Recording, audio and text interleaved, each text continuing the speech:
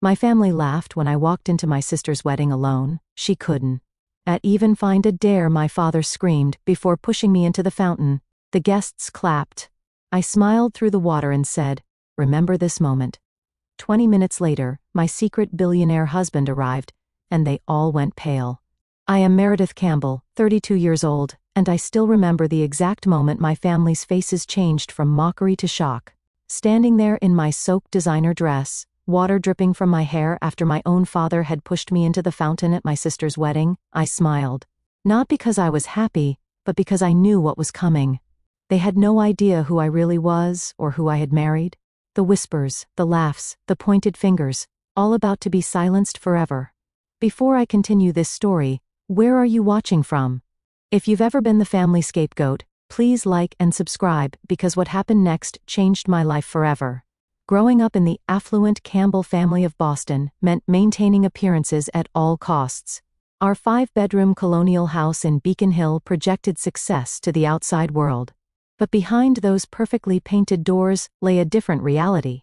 From my earliest memories, I was always compared unfavorably to my sister Allison. She was 2 years younger but somehow always the star. "Why Can't You Be More Like Your Sister" became the soundtrack of my childhood, played on repeat by my parents, Robert and Patricia Campbell. My father, a prominent corporate attorney, valued image above all else. My mother, a former beauty queen turned socialite, never missed an opportunity to remind me that I was inadequate. When I brought home straight A's, Allison had straight A's plus extracurricular achievements. When I won second place in a science competition, my accomplishment was overshadowed by Allison's dance recital that same weekend. The pattern was relentless and deliberate. "Meredith, stand up straight. No one will ever take you seriously with that posture," my mother would snap at family gatherings when I was just 12. "Allison has natural grace," she would continue, placing her hand proudly on my sister's shoulder. "You have to work harder at these things." During my 16th birthday dinner, my father raised his glass for a toast. I remember the anticipation building, thinking maybe this once I would be celebrated. Instead, he announced Allison's acceptance into an elite summer program at Yale. My birthday cake remained in the kitchen, forgotten. The college years brought no relief.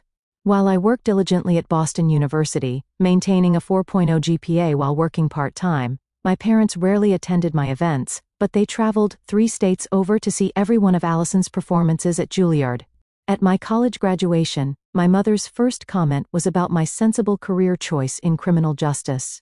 "At least you're being realistic about your prospects," she said with a tight smile. Meanwhile, Allison's arts degree was praised as following her passion. These 1,000 paper cuts continued into adulthood. Every family holiday became an exercise in endurance. Every accomplishment minimized. Every flaw magnified. It was during my second year at the FBI Academy in Quantico that I made the decision to create emotional distance. I stopped sharing details about my life. I declined holiday invitations when possible. I built walls higher than our family home. The irony was that my career was flourishing spectacularly. I had found my calling in counterintelligence, rapidly ascending through the ranks with a combination of analytical brilliance and unflinching determination. By age 29, I was leading specialized operations that my family knew nothing about.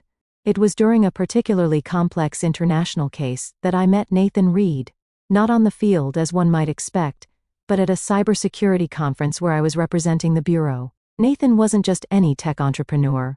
He had built Reed Technologies from his college dorm room into a global security powerhouse worth billions. His systems protected government agencies and corporations alike from emerging threats. Our connection was immediate and unexpected. Here was someone who saw me, truly saw me, without the distorting lens of family history. Our courtship was intense, conducted between my classified operations and his global business empire. "I've never met anyone like you," Nathan told me on our third date as we walked along the Potomac at midnight. "You're extraordinary, Meredith. I hope you know that." Those words, simple but sincere, were more validation than I'd received in decades of family life. We married 18 months later in a private ceremony with only 2 witnesses, my closest colleague Marcus and Nathan's sister Eliza. Our decision to keep our marriage private wasn't just about security concerns, though those were legitimate given our positions. It was also my choice to keep this precious part of my life untainted by my family's toxicity. For 3 years, we built our life together while maintaining separate public identities. Nathan traveled extensively for business, and my position at the FBI grew increasingly senior until my appointment as the youngest ever Deputy Director of Counterintelligence Operations. Which brings me to my sister's wedding. The invitation arrived 6 months ago, embossed in gold and dripping with presumption. Allison was marrying Bradford Wellington IV, heir to a banking fortune. The event promised to be exactly the kind of excessive display my parents lived for. Nathan was scheduled to be in Tokyo closing a major security contract with the Japanese government. "I can reschedule," he offered, seeing my hesitation. "No," I insisted. "This is too important for Reed Tech. I'll be fine for one afternoon." "I'll try to make it back for the reception," he promised, "even if it's just for the end." And so I found myself driving alone to the Fairmont Copley Plaza Hotel, my stomach nodding with each mile. I hadn't seen most of my family in nearly 2 years. My sleek black Audi, one of the few luxuries I allowed myself, pulled up to the valet stand. I checked my reflection one last time. Sophisticated emerald green dress, understated diamond studs, a gift from Nathan, hair and a classic updo. I looked successful, confident, untouchable. If only I felt that way inside. The Fairmont's grand ballroom had been transformed into a floral wonderland for Allison's special day. White orchids and roses cascaded from crystal chandeliers, and the afternoon light filtered through gossamer draperies. It was exactly the type of over-the-top display my parents had always dreamed of. I handed my invitation to the usher, who checked his list with a slight frown. "Miss Campbell?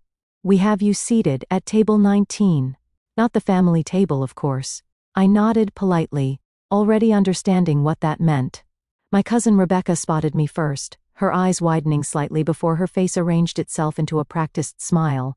"Meredith, what a surprise. We weren't sure you'd make it." Her gaze slid pointedly to my empty side. "And you came alone."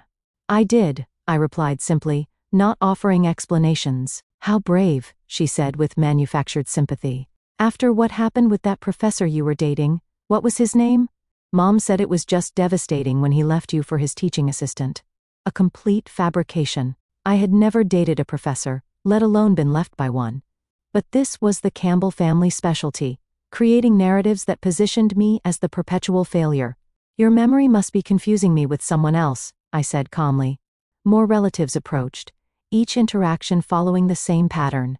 And Vivian commented on my practical haircut, and how it was sensible for a woman in my position to give up on more stylish options.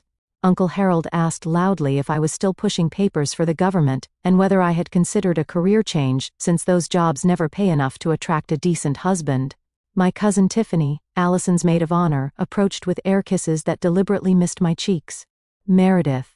God, it's been ages. Love the dress. Is it from that discount retailer? You always were so good at finding deals." She didn't wait for an answer before continuing. "Allison was just saying she wasn't sure you'd come. You know, since you missed the bridal shower. And the bachelorette weekend. And the rehearsal dinner." Each event had conflicted with critical operations I couldn't disclose. I had sent generous gifts to each with heartfelt notes. "Work commitments," I said simply. "Write your mysterious government job." She made air quotes around the word mysterious. "Bradford's cousin works for the State Department. He says those administrative roles can be so demanding." I just smiled. Let them believe I was a clerical worker. The truth would have shocked them into silence, but that revelation wasn't mine to share yet. My mother appeared, resplendent in a pale blue designer gown that probably cost more than a month of my substantial salary. "Meredith, you made it."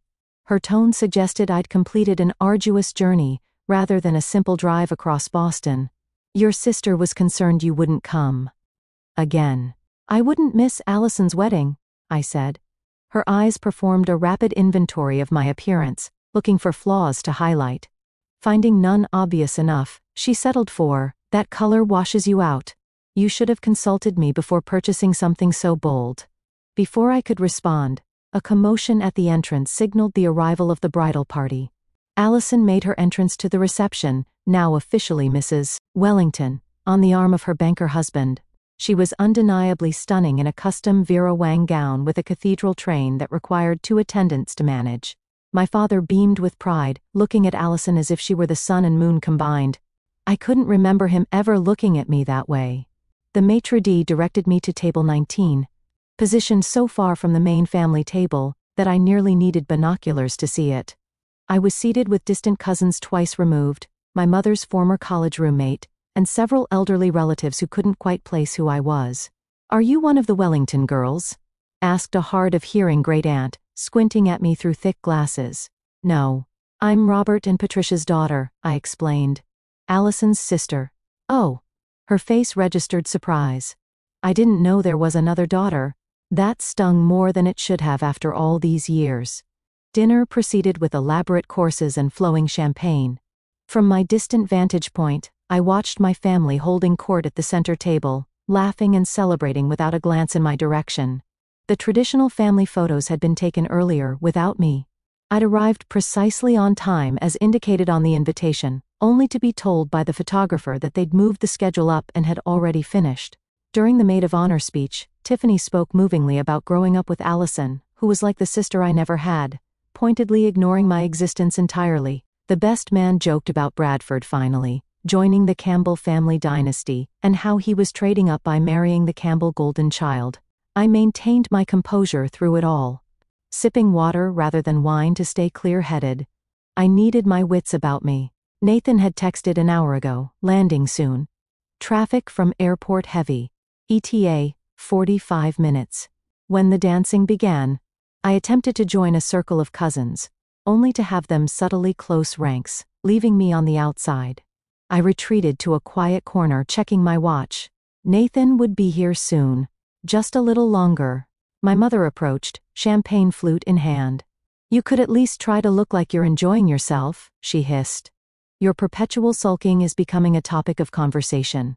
"I'm not sulking, Mother. I'm simply observing." "Well, observe with a smile. The Wellingtons are important people. And your sister has made an exceptional match. Don't embarrass us." "As if I were the embarrassment in this scenario, the least you could have done was bring a date," she continued. "Everyone is asking why you're here alone." Again, I didn't bother explaining that my husband was worth more than the entire Wellington family fortune combined. That revelation would come soon enough. The reception was in full swing when my father tapped his crystal glass for attention. The crowd quieted as he took center stage beside the elaborate ice sculpture of intertwined swans. "Today," he began, his voice carrying the practiced projection of a seasoned attorney, "is the proudest day of my life. My beautiful Allison has made a match that exceeds even a father's highest hopes." A smattering of appreciative laughter followed. "Bradford," he continued, turning to my new brother-in-law, "you're gaining not just a wife, but entrance into a family built on excellence and achievement." He raised his glass higher. "To Allison, who has never disappointed us. From her first steps to her graduation from Juilliard with highest honors to her charitable foundation work, she has been nothing but a source of pride." My chest tightened. Not because I expected to be mentioned, I knew better, but because of the implicit comparison. Allison had never disappointed them. The unspoken conclusion was obvious. As he continued extolling Allison's virtues, I quietly slipped away toward the terrace doors. I needed air, space, a moment to regroup before Nathan arrived. The evening sun was setting over the hotel's famous courtyard fountain, casting golden light across the rippling water. I had nearly reached the sanctuary of the terrace when my father's voice boomed from behind me. "Leaving so soon, Meredith?" I turned slowly. He stood 10 feet away, microphone still in hand. The entire reception looking in our direction. My mother and Allison flanked him, identical expressions of disapproval on their perfect faces. "Just getting some air," I replied, keeping my voice steady. "Running away? More like it," he said, and the microphone amplified his words to the entire room. Classic Meredith. Disappearing when family obligations become inconvenient. A flush of heat crawled up my neck. "That's not true, isn't it?" His voice had taken on the cross-examination tone I remembered from childhood. "You've missed half the wedding events. You arrived alone, without even the courtesy of bringing a +1. The room had fallen completely silent. "I'm sorry if my attendance alone offended you," I said carefully. "She couldn't even find a date," my father announced to the room. And scattered nervous laughter followed. 32 years old and not a prospect in sight. Meanwhile, your sister has secured one of Boston's most eligible bachelors. The laughter grew louder, encouraged by his showmanship. Dad, I said quietly, this isn't the time or place.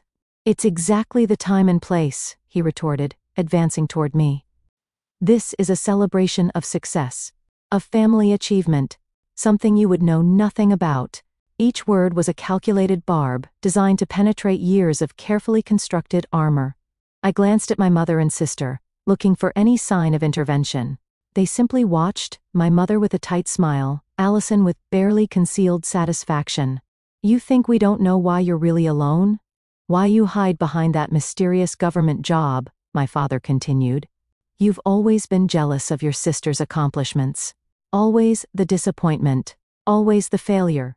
He was inches from me now, the microphone lowered, but his voice still carrying in the hushed room. Decades of resentment had transformed his face into something almost unrecognizable. Dad. Please stop, I whispered, aware of hundreds of eyes on us. Stop what? Telling the truth? The truth that you've never measured up? That you're an embarrassment to the Campbell name? His voice rose with each question. Something inside me snapped, not toward anger but toward a strange, calm clarity. You have no idea who I am, I said quietly. I know exactly who you are. He snarled, and then it happened. His hands connected with my shoulders, a forceful shove that caught me completely off guard. I stumbled backward, arms windmilling. But there was nothing to grab onto. For a suspended moment, I felt weightlessness, then the shocking cold as I plunged backward into the courtyard fountain. Water engulfed me. My carefully styled hair collapsed, my silk dress billowed then clung, and my makeup surely ran in rivulets down my face. The physical shock was nothing compared to the realization that my own father had just publicly humiliated me at my sister's wedding. The crowd's reaction came in waves, first shocked gasps, then uncertain titters, finally erupting into full-throated laughter and even scattered applause.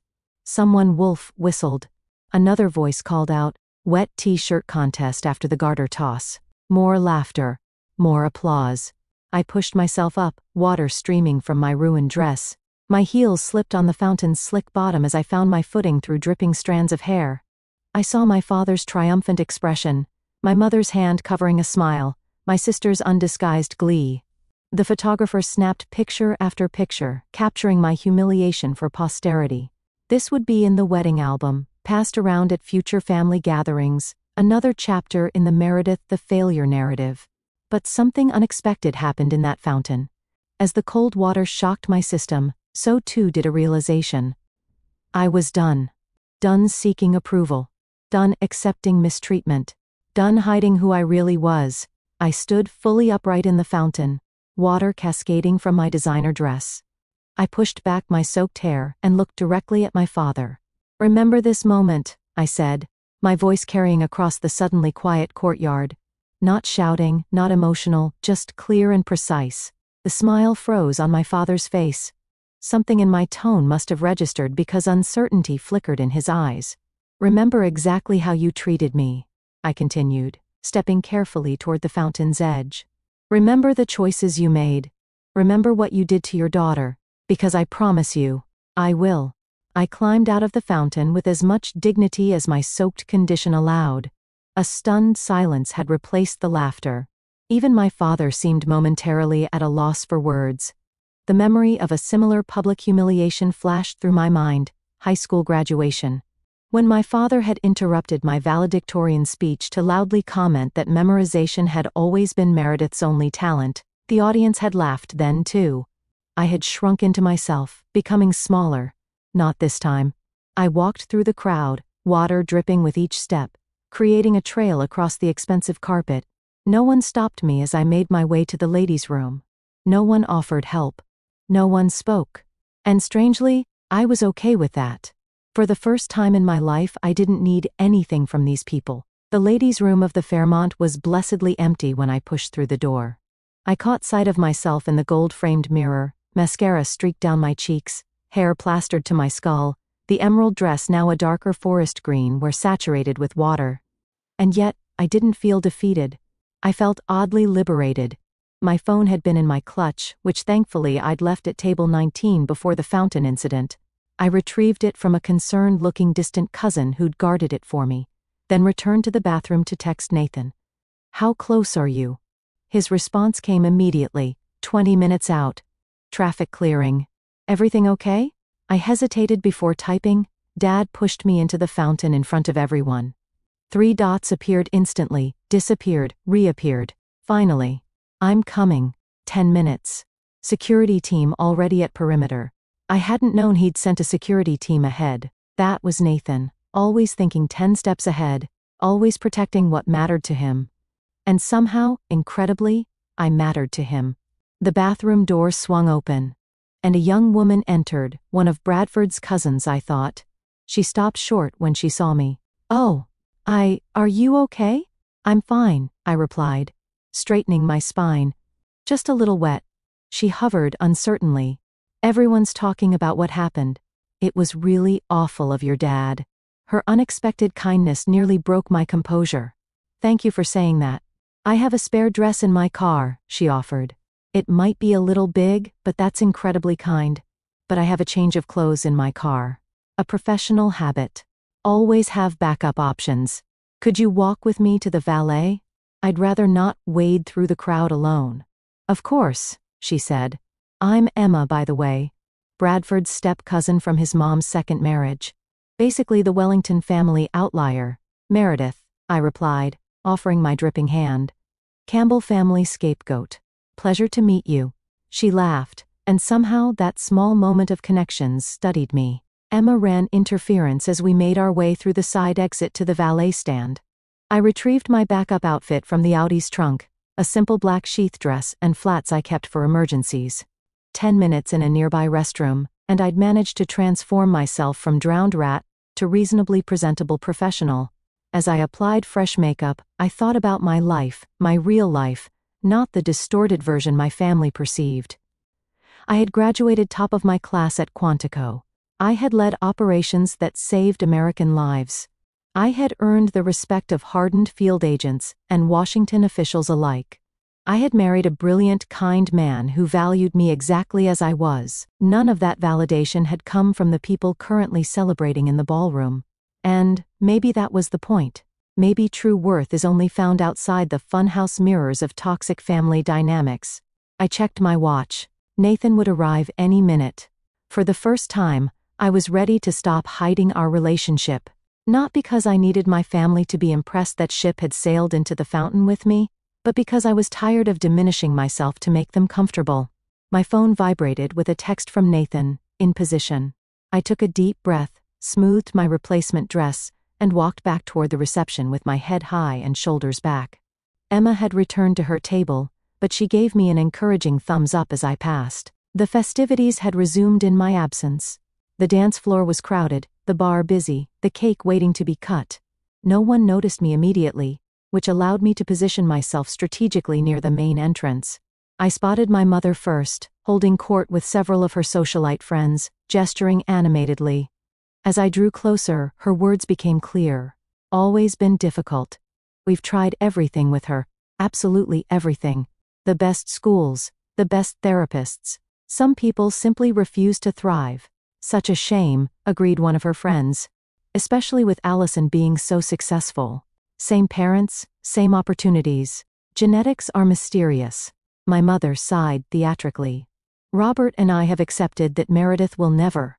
She trailed off as she noticed me standing there, clearly not still hiding in the bathroom as she'd assumed.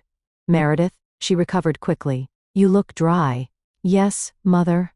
I always keep a spare outfit handy, one of many professional habits." Her friends murmured uncomfortable greetings before finding urgent reasons to refresh their drinks. Was humiliating me part of the wedding itinerary? Or did Dad improvise that part? I asked quietly. "Don't be dramatic," she hissed. "You were trying to slink away as usual. Your father simply lost patience with your antisocial behavior. Pushing your adult daughter into a fountain is not a normal response to perceived antisocial behavior. Perhaps if you had brought a date, made any effort at all to participate in your sister's happiness, instead of making everything about your mysterious job and your perpetually busy schedule, things would have gone differently." I studied my mother's face, searching for any sign of the protective instinct that should have been there. There was nothing but annoyance that I had disrupted her narrative. You know what's interesting, Mother? I've never once made anything about me. In fact, I've spent my entire life trying to take up as little space as possible in this family, and it still wasn't enough. A commotion at the entrance caught everyone's attention. The distinct sound of multiple car doors closing in rapid succession. The appearance of two men in impeccable suits conducting a subtle security sweep. My mother frowned. What's happening?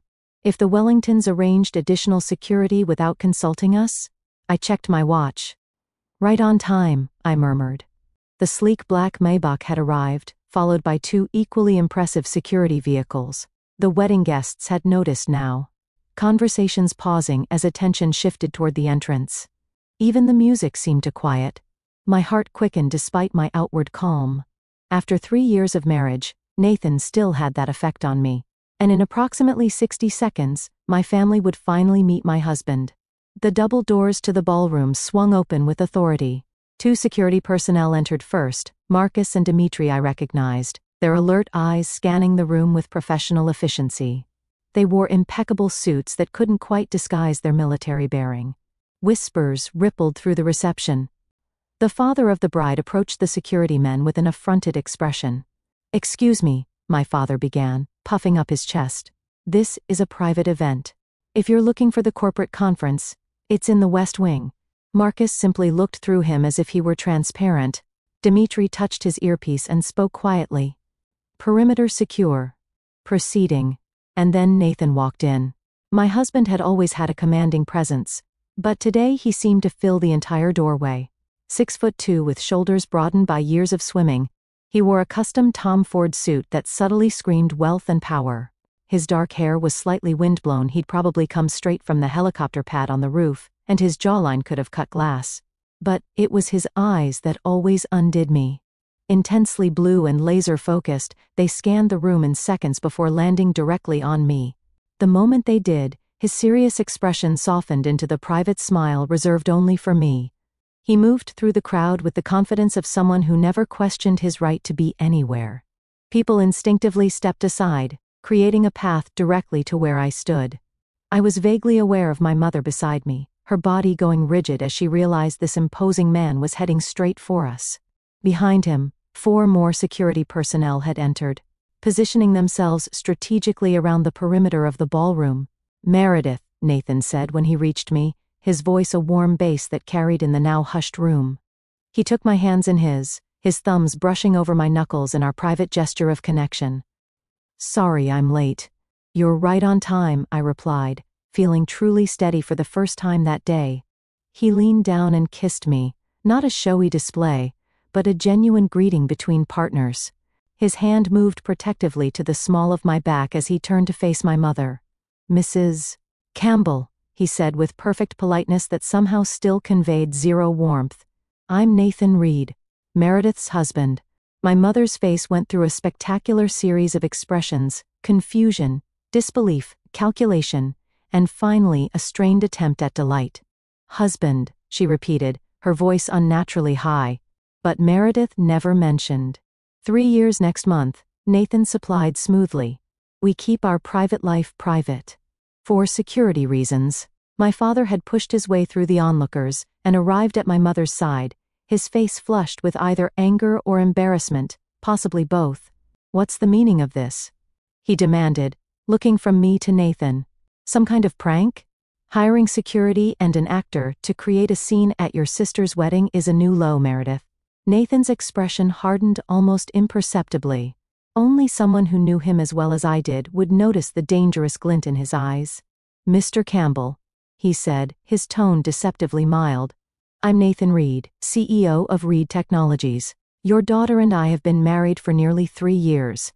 My father's mouth opened and closed without sound. Reed Technologies was a household name, a global security firm worth billions that provided cutting-edge protection systems to governments and corporations worldwide. Even my technology-averse father would recognize it. "That's not possible," he finally managed. "We would have known." "Would you?" Nathan asked, genuine curiosity in his voice. "When have you ever shown interest in Meredith's actual life?" From what I've observed today and what she's shared over the years, your interest extends only to criticizing her choices, not understanding them. My sister had appeared now, her white gown making her look like an apparition floating through the stunned guests. Bradford followed in her wake, his expression torn between confusion and fascination. "What's happening?" Allison demanded. "Who are these people?" "Apparently," my mother said faintly, "your sister has a husband." "That's ridiculous," Allison scoffed. "She's making it up for attention." On my wedding day, Nathan's arm tightened around my waist. Not possessively, but supportively. "Mrs. Wellington, congratulations on your marriage. I apologize for missing the ceremony. International business obligations kept me in Tokyo until a few hours ago." His impeccable manners made Allison's rudeness stand out in stark relief. She flushed, looking uncertainly between Nathan, the security team, and the increasingly interested wedding guests.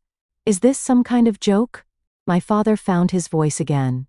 "You expect us to believe that Meredith, our Meredith, secretly married a billionaire tech CEO, supplied one of Bradford's friends from the back, who had apparently Googled Nathan on his phone. Holy shit, that's really Nathan Reed. Forbes cover last month. Net worth estimated at $12 billion. A collective gasp rippled through the room. My mother swayed slightly, reaching for the back of a chair to steady herself. "I don't understand," she whispered. "Why wouldn't you tell us?" For the first time, her question seemed genuine rather than accusatory. I almost felt sorry for her. "When have you ever wanted to hear about my successes, Mother?" I asked gently. "When have you ever celebrated anything about me?" She had no answer. "As for me," Nathan continued smoothly, "I've been looking forward to meeting the family Meredith has described so vividly. Though I admit, after witnessing your behavior today, I find myself rather—" He paused, selecting his word carefully, disappointed. My father's face darkened. "Now listen here, young man." "No, Mr. Campbell," Nathan interrupted, his voice suddenly hard as steel. "You listen. I watched from the terrace as you publicly humiliated your daughter. I saw you push her into that fountain. I heard the things you said to her." The blood drained from my father's face. "Under normal circumstances," Nathan continued, "such an assault would have immediate consequences. My security team was prepared to intervene, but Meredith signaled them to stand down. That's the kind of person your daughter is. Even after your despicable behavior, she didn't want to create a scene at her sister's wedding." The room had gone completely silent. Even the waitstaff had frozen in place. "Fortunately for you," Nathan finished, "my wife is a better person than I am. Because if anyone ever treated her that way again, my response would not be nearly so measured." The threat, though delivered in the most civilized tone possible, hung in the air like storm clouds. At that precise moment, as if choreographed for maximum dramatic effect, the ballroom doors opened once more. Two individuals in crisp business attire entered, their posture alerting me immediately to their identities even before I saw their faces. Marcus and Sophia, my most trusted team members from the bureau. They approached with purposeful strides, coming to a stop a respectful distance from where Nathan and I stood with my family. "Director Campbell," Sophia said formally, using my official title. "I apologize for the interruption, but there's a situation requiring your immediate attention." The title hung in the air for a beat before the whispers started. "Director." Did she say Director Campbell? What department? My father's confusion was almost comical. Director of what? Some minor government office. Nathan's smile was razor sharp. "Your daughter is the youngest deputy director of counterintelligence operations in FBI history, Mr. Campbell. Her work has saved countless American lives and earned her the highest security clearance possible." More gasps. More whispers. My mother looked as though she might faint. Allison stepped forward. Her bridal glow diminished by confusion and dawning horror. "That's impossible. Meredith is just what, Allison?" I asked quietly. "Just your disappointing older sister? Just the family scapegoat? Just the perpetual failure?" She had no answer. "The Meredith Campbell I know," Nathan said, his voice carrying easily through the silent room, "is brilliant, courageous, and formidable. She has the respect of hardened field agents and government officials alike. She makes decisions daily that affect national security." He turned to look directly at my father, and for some inexplicable reason, She still cared enough about your approval to attend this wedding, despite knowing exactly how you would treat her. My father seemed to have aged 10 years in the last 5 minutes. The confident, bullying attorney had vanished, replaced by a confused old man trying to reconcile his lifelong narrative with this new reality. "Why didn't you tell us?" he asked, his voice smaller than I'd ever heard it. "Would you have believed me?" I replied simply, "Or would you have found a way to diminish this too?" His silence was answer enough. Marcus approached, holding a secure tablet. "Director, I hate to press, but we need your authorization on this operation." I took the tablet, scanned the information, and made a quick decision. Proceed with option 2, but increase surveillance on the secondary target.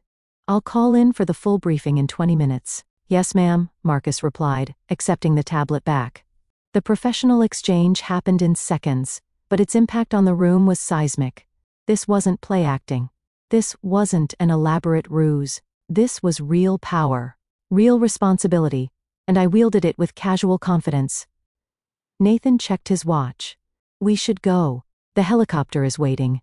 And we have the Tokyo team on standby for the video conference at 9. I nodded, then turned to face my stunned family one last time. "Congratulations on your wedding, Allison. I wish you and Bradford every happiness." My sister seemed incapable of speech. Bradford, to his credit, stepped forward and offered his hand to Nathan. "It was an honor to meet you, Mr. Reed. And you, Director Campbell. I hope we'll have the opportunity to get to know each other better in the future." His sincerity was unexpected and rather touching. I shook his hand warmly. "I'd like that, Bradford." My parents remained frozen, decades of their carefully constructed narrative lying in shambles around them. "Mr. and Mrs. Campbell," Nathan said with perfect courtesy, "thank you for the invitation. I apologize again for missing the ceremony." My father finally found his voice. "Meredith, wait. We need to talk about this. We're your parents. We've always wanted what's best for you. We've always been proud of you. The naked attempt to rewrite history might have worked in the past. Not today." "No, Dad," I said gently. "You haven't. But that's okay. I don't need you to be proud of me anymore." And with that, Nathan and I turned and walked out of the ballroom, my security team falling into formation around us. Behind us, the whispers had erupted into full-voiced exclamations. The Campbell family would never be the same. And neither would I. The sleek black helicopter waited on the Fairmont's rooftop helipad, its blades already beginning their lazy rotation. As we approached, flanked by security, I felt a curious lightness. Decades of family baggage seemed to have fallen away, left behind in that ballroom along with my parents' shattered illusions. "Are you okay?" Nathan asked, his mouth close to my ear to be heard over the increasing rotor noise. "Surprisingly, yes," I replied, "better than okay." Before we could board, Sophia approached with a concerned expression. "Director, there's been a development. The ambassador is requesting your presence at the embassy immediately." The surveillance package picked up anomalous signals. I exchanged a look with Nathan. This wasn't part of the evening's script. "Real or performance art?" I asked quietly. "Unfortunately real," she responded. "Marcus is already coordinating with the field team. Time sensitive." I nodded, switching fully into professional mode. "Reroute the helicopter to the embassy. Alert the duty analyst team. I want a full brief upon arrival." "Already done," Sophia confirmed. Nathan touched my arm. "Go. I'll meet you there." This seamless adjustment to crisis was the rhythm of our marriage, two high-powered careers occasionally colliding with personal plans. The difference was, we supported rather than resented each other's responsibilities as we turned back toward the roof access door. Planning to descend and exit through the hotel's private security entrance, we found our path blocked. My mother stood there, slightly breathless from having apparently rushed up several flights of stairs. Her perfect coiffure had wilted slightly, and her immaculate makeup couldn't hide her pallor. "Meredith," she said, her voice unusually uncertain, "you can't just leave like this. We need to talk." I glanced at Sophia, who nodded discreetly and stepped back to give us a moment of privacy. "I have a work emergency, Mother. National security doesn't wait for family reconciliations." "National security," she repeated, as if tasting the words for the first time.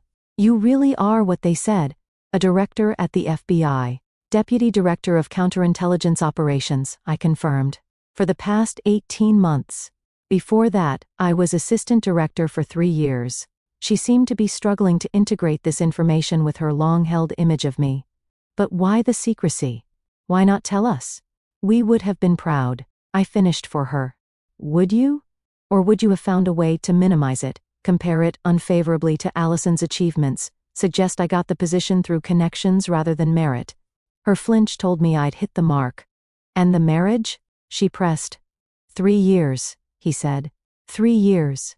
And you never thought to mention you had married one of the wealthiest men in the country. I noticed her emphasis on Nathan's wealth rather than any of his other remarkable qualities. Even now, status was her primary concern. Our marriage is private for multiple reasons, I explained patiently. Nathan's position makes him a potential target.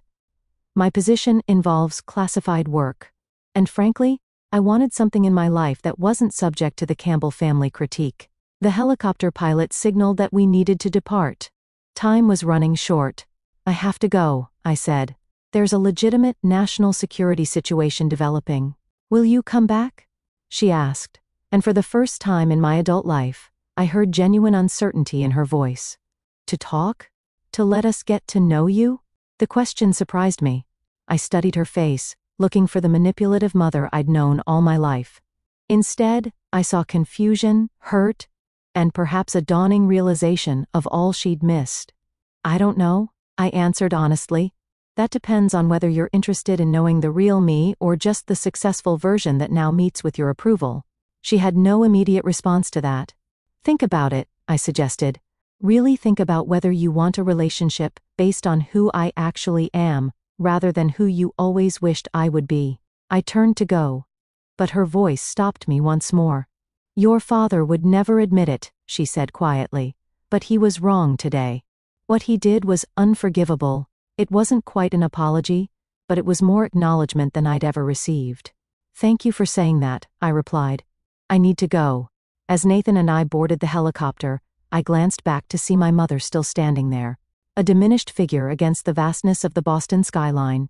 For the first time, I saw her not as the intimidating matriarch of my childhood, but as a woman who had constructed her entire identity around appearances and social standing, and who was now facing the collapse of her carefully maintained illusions.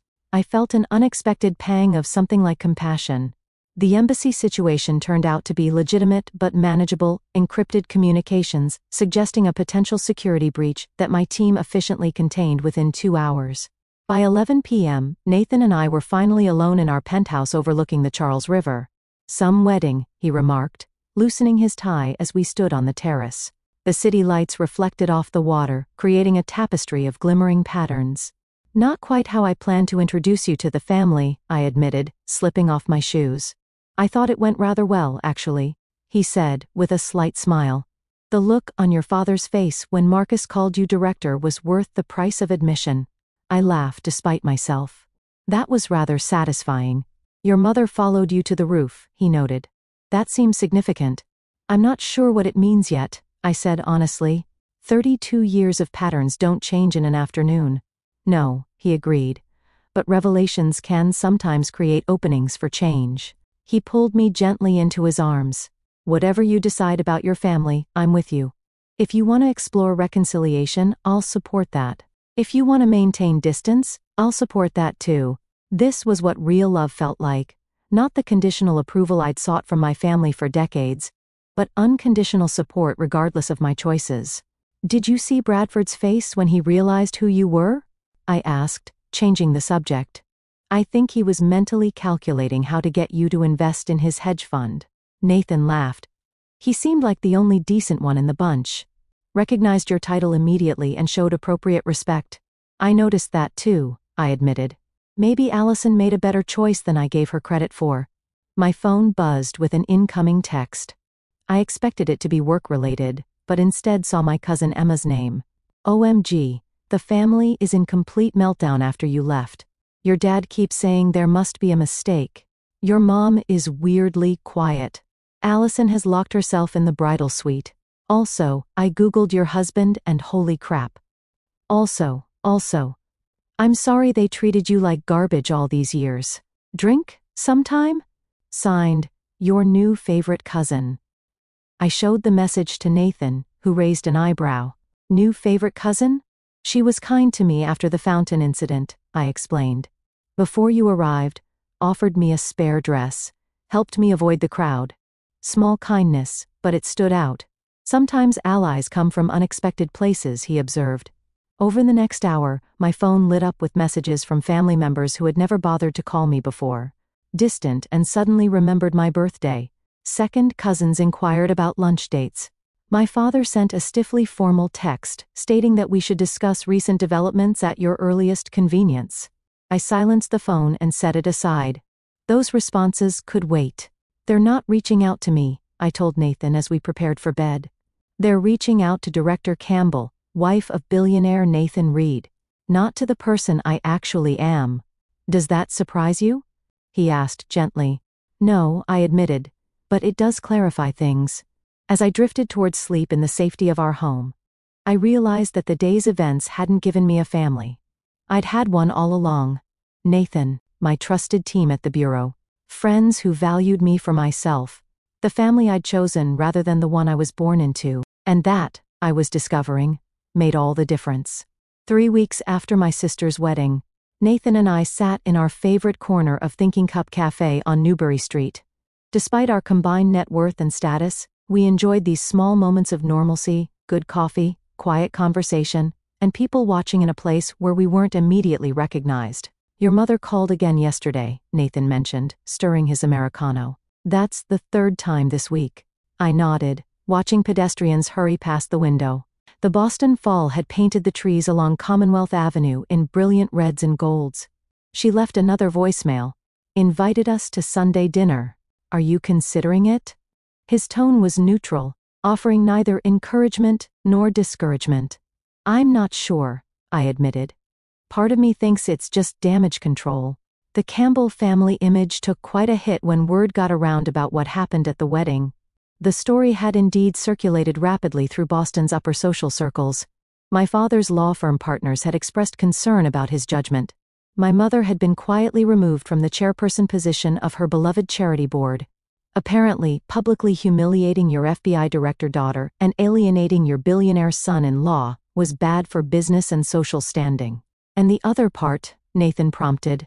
I sighed, tracing the rim of my mug. The other part wonders if this might be the first genuine interest they've ever shown in knowing me. The real me, not their projection. The weeks following the wedding had brought an avalanche of family communication, emails, texts, calls, even handwritten letters. My father's alternated between defensive justifications and awkward attempts at reconciliation. My mother's were more directly apologetic, though still threaded with hints that I should have told them about my important position sooner. Allison had sent a single text from her honeymoon. We need to talk when I'm back. Nothing more. The most surprising development had been my growing friendship with Emma, Bradford's step-cousin. True to her word, we'd met for drinks, where she'd confessed to always feeling like an outsider in the Wellington family, a sentiment I understood all too well. Her genuine interest in my work, what I could share of it, and her complete lack of agenda was refreshing. I've been thinking about something, Dr. Chen said in therapy last week, I told Nathan. Referring to the counselor. I'd started seeing to process my family dynamics about how setting boundaries isn't about punishing others, but protecting yourself. Nathan nodded. I like that distinction. I think I can have some form of relationship with my family, I continued, working through my thoughts aloud. But it needs to be on new terms. No more diminishing. No more comparisons. No more accepting disrespect to keep the peace. That sounds healthy, Nathan agreed. And if they can't meet those terms, then I continue building my life with the people who can, I said simply. You, my friends, my colleagues, the family I've chosen. My phone buzzed with an incoming call, Marcus, my second in command at the Bureau. I answered immediately. We've got movement on the Richardson case, he said without preamble. Surveillance picked up a meeting at the specified location. Team is in position. I'll be there in 20, I replied, already gathering my things. Nathan was doing the same, accustomed to our interruptions. Need a ride? He asked, as we stepped onto the busy sidewalk. My meeting at MIT isn't for another hour. Thanks, But I've got the bureau car today. I nodded toward the black SUV parked discreetly down the block, where my security detail waited. He kissed me goodbye, and we headed in opposite directions, him toward his innovative tech empire, me toward the delicate work of protecting national security, each supporting the other's mission without resentment or competition. That evening, after a successful operation that resulted in the capture of a significant counterintelligence target, I made a decision. I called my mother. "Sunday dinner," I said when she answered. "Nathan and I will come. But we need to establish some ground rules first." Her immediate agreement was telling. The old Patricia Campbell would have bristled at conditions. This new version, humbled by revelations and consequences, was at least willing to listen. The dinner itself was predictably awkward. My father vacillated between defensive posturing and attempts at showing interest in my career. My mother tried too hard, nervously over-explaining the provenance of every dish, as if hosting foreign dignitaries. Allison and Bradford arrived late. Their dynamic interesting to observe. He seemed genuinely pleased to see Nathan and me, while she maintained a careful distance, still processing her displacement from the family spotlight. But there were moments, brief, tentative moments, of something like genuine connection. My father asked thoughtful questions about a recent cybersecurity initiative Nathan's company had implemented for government agencies. My mother produced a box of my childhood achievements she'd apparently kept all these years: debate trophies, academic awards, science competition medals, evidence that perhaps she'd noticed more than she'd acknowledged. Most surprising was Allison's request to speak privately after dinner. In the garden where we'd played as children, my sister struggled visibly with words that didn't come easily to her. "I didn't know," she said finally, "about your job, your husband, your life." "You never asked," I pointed out, not unkindly. "I know." She twisted her wedding ring nervously. I think I liked being the favorite. It was easier not to question it. Her honesty was unexpected. "Bradford says, I need to examine why I felt threatened by your success," she continued. Even before I knew about all this, she gestured vaguely, encompassing my career, marriage, and status. "He thinks we could both benefit from family therapy." I studied my sister, really looked at her, perhaps for the first time in years. Behind the perfect exterior, I glimpsed uncertainty, insecurity even. The golden child role came with its own burdens, its own impossible expectations.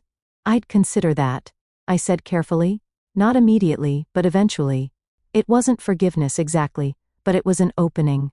A small crack in the fortress walls I'd built around my heart where family was concerned. The months that followed brought slow, imperfect progress. Weekly family dinners gradually became less strained. My parents learned to respect the boundaries I established. My father attended anger management therapy, reluctantly at first, then with growing self-awareness. My mother and I began tentative mother-daughter outings that sometimes ended in tension, sometimes in genuine laughter. Healing wasn't linear. There were setbacks, moments when old patterns reasserted themselves, when my father's temper flared or my mother's criticism surfaced. But there was also accountability that had never existed before, a willingness to acknowledge harm and attempt repair. The most profound change, however, wasn't in my family but in myself. I no longer measured my worth by their approval. I no longer diminished my achievements to make others comfortable. I no longer accepted disrespect as the price of belonging. 1 year after the infamous wedding, Nathan and I hosted a gathering at our home, not just immediate family, but the people who had formed my support system throughout the years. My FBI colleagues, Nathan's sister and her family, friends who had stood by me, Emma and her new boyfriend, even a few extended family members who had reached out with genuine interest and connection. As I looked around at this diverse group, this chosen family interspersed with biological relations, I realized something profound. Family isn't just about shared DNA. It's about who shows up, who sees you clearly and loves you anyway, who celebrates your successes without jealousy and supports you through failures without judgment. Sometimes those people share your bloodline. Often they don't. The magic happens when you stop forcing connections where they don't naturally exist, and instead nurture the ones that bring mutual joy and growth. Standing in our kitchen, preparing to bring out dessert, I felt Nathan's arms encircle me from behind. "Happy?" he asked simply. I leaned into his embrace, watching through the doorway as my father engaged in animated conversation with Marcus about fishing techniques while my mother showed Emma photos on her phone. And Allison's musical laugh rang out at something Bradford had said. Not perfect. Still complicated, but real in a way it had never been before. Yes, I answered truthfully. I am. If you're watching this and have struggled with toxic family dynamics, I want you to know that your worth isn't determined by those who failed to see it. Building boundaries isn't selfish, it's necessary for healing. And sometimes the most loving thing you can do for yourself is to create distance until genuine change occurs. Have you experienced family relationships healing after setting firm boundaries? Or have you found peace by creating your chosen family instead? Share your stories in the comments below. Your experience might be exactly what another viewer needs to hear today. Don't forget to like and subscribe if this resonated with you. And thank you for being part of this supportive community where we can share our journeys of healing and growth together.